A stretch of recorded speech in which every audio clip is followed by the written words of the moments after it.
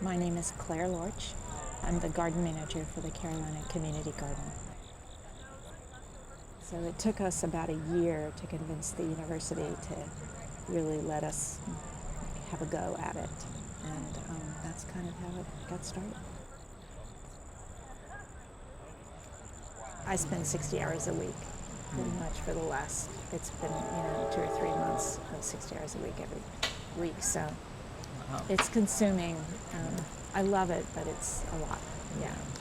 Sure.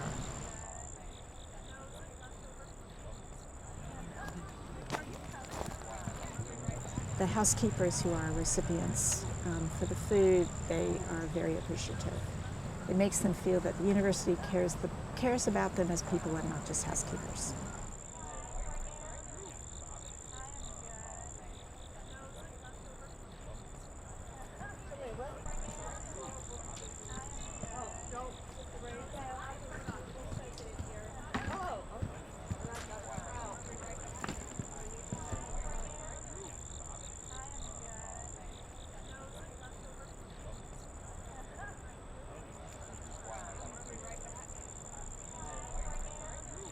I love the greenhouse, the solar powered greenhouse. This was a dream of mine for a long time, and it was really, again, it was a student.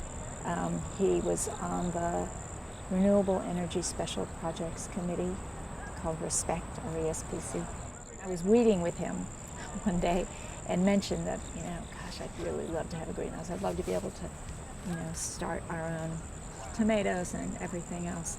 And he mentioned about this, these funds, and so it took probably 4 years from the start of that, or maybe 3 years, till we actually had the greenhouse up here.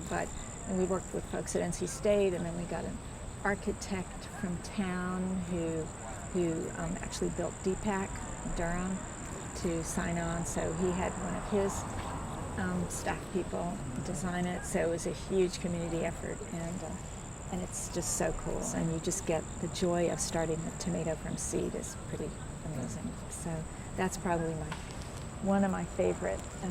It's very beautiful. Yeah, it is no ordinary greenhouse.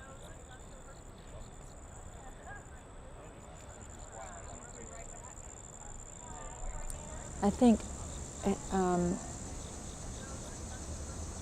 some of the interactions that I've had with volunteers that really touch me is, for instance, when one of our volunteers who's now graduated, she did I don't know if it was a semester, I think it was a summer where she went abroad. She sent me an email and with photographs, and then she brought me back, a little thing of lavender. And it's little small things like that just touch me, and I think, wow, these people are connected to the garden. I guess the thing that's most touched my heart was sort of this tragic situation where we had one of our longtime volunteers. He graduated, and he was planning to go to medical school, and he was involved in a climbing accident and was killed.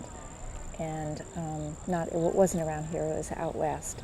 And his family contacted me, and they ended up wanting to do a memorial service at the Botanical Garden, and they decided to have donations come to the community garden because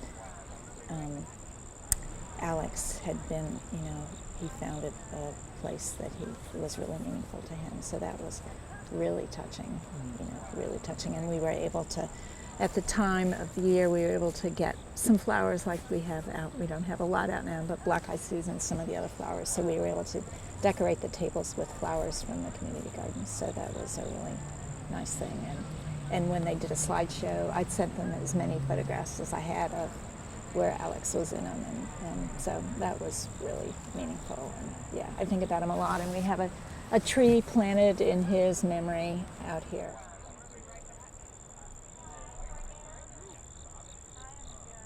I think what makes this garden so special, and I do think it's a really special garden, is the community that's here.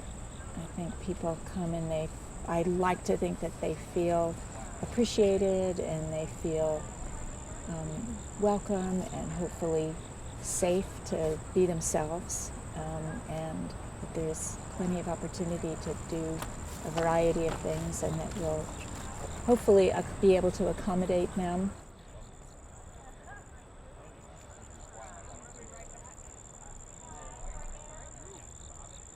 But if there's anything else you'd like to say, feel free.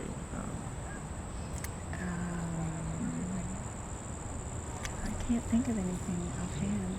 Yeah, no, it was great. Good questions. Thank you. Thank you Yeah, for sure. answering them. Happy to. It was great getting to talk to you and getting to know more. Good, yeah. Um, Well, I hope both of you will come back and volunteer when you can. I'm planning on it. Yeah, Definitely. yeah. Yeah. It'd be great. Yeah, it's a good place.